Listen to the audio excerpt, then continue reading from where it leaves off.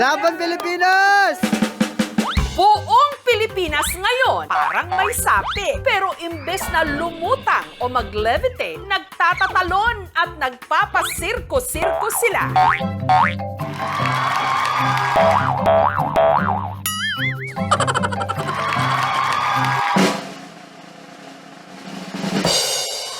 Gaya na lang sa coffee shop na ito sa Rizal kung saan ang mga barista tila nagpapamalas ng kanilang winning floor exercise performance with landing.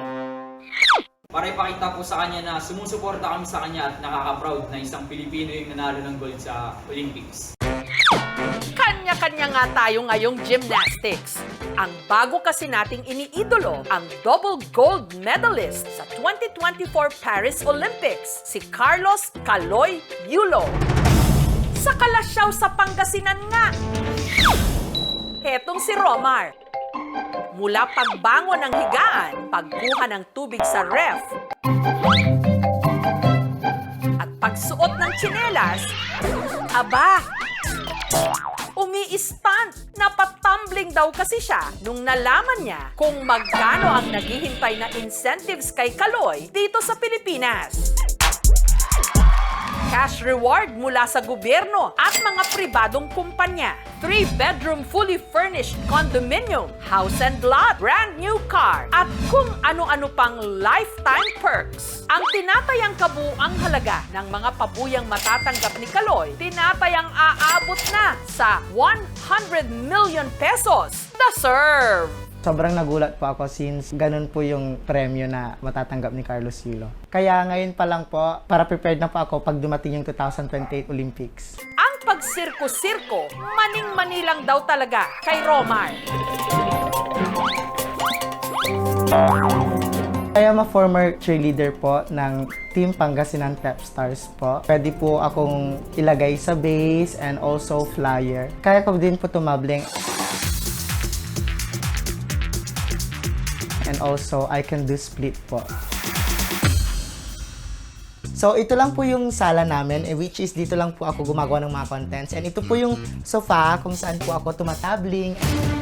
Pero seryoso raw talaga si Romar sa pangarap niyang makatungtong sa entablado ng International Cheerleading Union. Go, Romar! Ang realization ko po doon sa pagkapanalo po ni Carlos Yulo ay kung sana pinagpatuloy ko po yung pagiging cheerleader ko, siguro po nakaapak na po ako sa ICU or International Cheerleading Union, which is one of my dream po.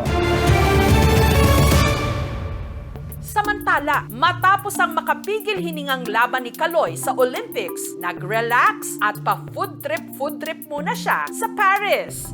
Pero ano itong nabalitaan naming naispatan din daw siya nitong mga nakaraang araw sa isang gym sa Marikina? Mula built ng katawan, buhok, hugis ng mukha, pati height, papasaraw na carbon copy ng ating golden boy. Meet 21-year-old Andre, ang look-alike daw ni Carlos Yulo. Akala ko talaga si Carlos Yulo. Medyo na-excite ako nung una. Feeling ko rin po na nauwi ko po yung gold medal, na 2 gold medal po dahil po nasasabihan po ako na Carlos Yulo, congratulations. Pagka tungtong ko po ng kolehiyo, nabansagan na po agad ako na ako daw po si Carlos Yulo. Minsan po may times po na sinasakyan ko yung trip nila and kapag gusto po nila magpa-pick, hinahayaan ko lang po. Si Andre, gaya ni Kaloy, 7 taong gulang lang nung nahilig sa sports. Naging student athlete sa track and field nung elementary at naging varsity player sa volleyball nung high school. And ito po ay nakuha ko dun sa 2 sport na yon. More or less 15 to 20 gold medals po. Ang ilan po dito is sa Mariprisa, sa division meet, and nakakuha po kami ng gold doon. Gaya ni Kaloy, inspired din daw ngayon si Andre sa kanyang girlfriend na si Yari. May gusto lang po akong i-clarify. Kami po ng girlfriend ko na si Yari. Gusto po namin magpasalamat sa lahat ng inyong support. Ang love life ni Andre, suportado raw ng kanyang mami Peachy. Sinusuportahan niya talaga ako sa lahat ng bagay. Sa mga problema na pinagdadaanan namin is pinipili namin na mag-stay sa aming dalawa.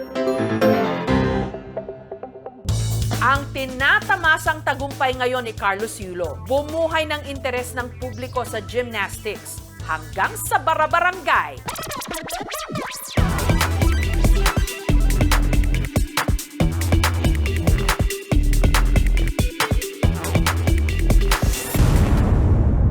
Bagay na matagal na raw interes ng grupo ng mga kalalakihang ito mula Davao.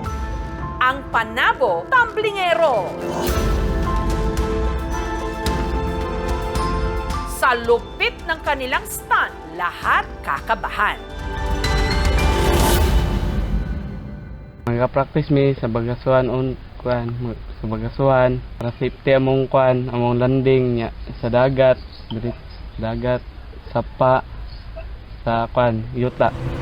Para raw ligtas ang kanilang babagsakan, ang kanilang pag-iensayo ginagawa nila sa bagaso o tumpok ng pusot. Dito po kami kadalasan nagpa-practice. Gawa ng malambot siya. Safety din po sa amin yung babagsakan namin kasi napakalambot talaga po. Komportable kaming gumawa ng mga stunts para mag-improve pa. Pag may trabaho, diretso mi sa among tamblinganan. Practice na dala exercise na lang po. Gayunman, hindi pa rin maiwasan ang kakambal nitong peligro. Kasi time sir nga, di na mo malikayan na kasi syempre, dili man perfect yun ang amuang ginabuhat pero may tubig niya, nga init tapos naiihampol nga ka ng bitaw, ng tuba-tuba may tawag sa muana para ang iyang pag mukalma siya niya, ma-okay siya. Kada performance, binabayaran sila ng 3 to 5,000 pesos. Kwaon mi gisting mi kana para may mga kasal, may mga pista. Tamo na kung kinsa tong walay tubil, pantay gid mi tanan gyud. Wala gyud ingom na kanang mulamang. Sa pagkapanalo ni Yulo, mas naging masigasig daw sila sa pagtitrain ng mga bagong miyembro, lalo na yung mga bata na malambot pa raw ang mga buto-buto. Sunod nga mudako sila, mapriya sila ni Yulo nga gold medalist, maiwas sila sa bisyo or adik-adik. Kamua ang grupo wala gyud nga na kamua. Ang sa ato ang mahal nga gobyerno nga, daghan kayog mga naay potential diri sa Pilipinas no. Bisag asa nga area sa mapa-bukid man or mapa-syudad, bata pa sila napansin na sila. Pag-abot sa punto nga bata pa sila nasanay sila, pwede na silang ilaban sa ibang bansa. Pasinday pohon, kami ang musunod or napay musunod sa mua na mas bortahan nila, ma-save ni, maparehan ni Carlos Yulo na maka-gold medalist. Lahat tayo nagpapasirko-sirko ngayon, panayang tumbling para sa kanya-kanyang bagay na gusto nating marating. Laban, go for gold at mag-enjoy, mag-Carlos YOLO, because you only live once.